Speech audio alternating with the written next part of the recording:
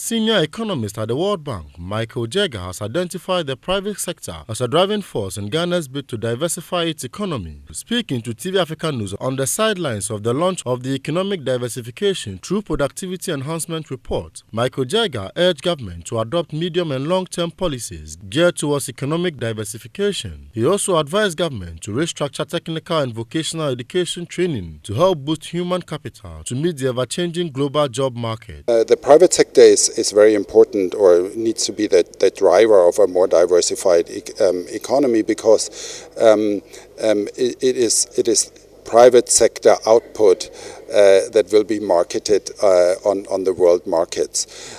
So what is needed for that is more private sector investment, and this can be determined or facilitated by putting the conditions right for the private sector to thrive. Issues around that are, for instance, access to skills.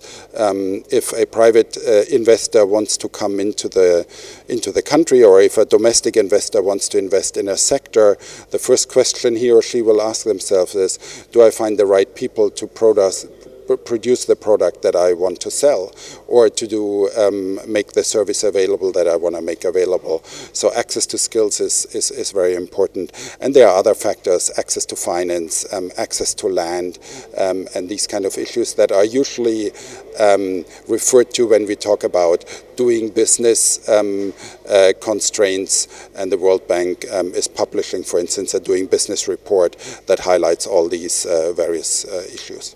So human capital is one input factor into the production, and as we talk about moving to higher productivity activities, the demand for the people to do those activities and be employed will increase. So for this, human capital is meant in the context of better skills and possibly also more relevant skills.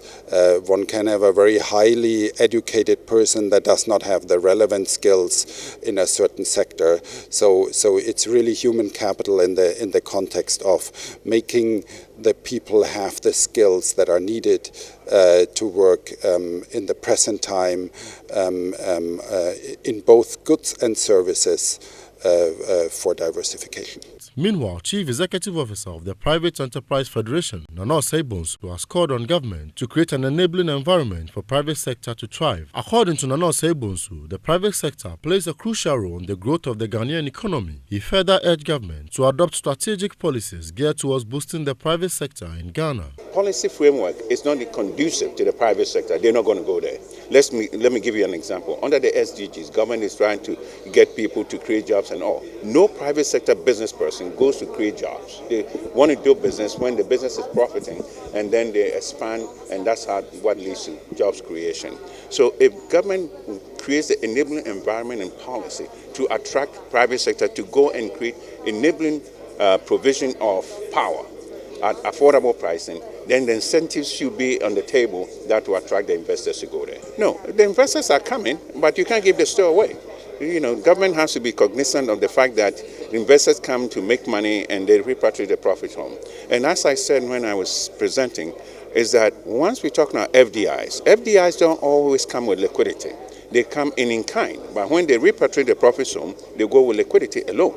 So you have to see the impact of how it's going to hemorrhage your local currency as well. So government policy is to create the opportunity for FDIs to come in. My private sector interest is partnership. How do you transfer technology to the locals who don't have capacity? If you're going to do business by yourself, you can't transfer technology to yourself.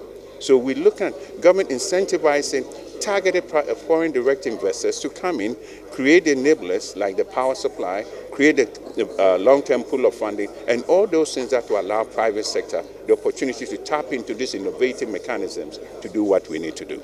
Every business person determines what they want to do, where they want to go. Not because Peter is doing bananas and I'm doing plantains, so I have to go because of diversity or diversification. So it recommends the policy angle for diversification of our export base, which I disagreed. because we have three export products: cocoa, gold, and oil.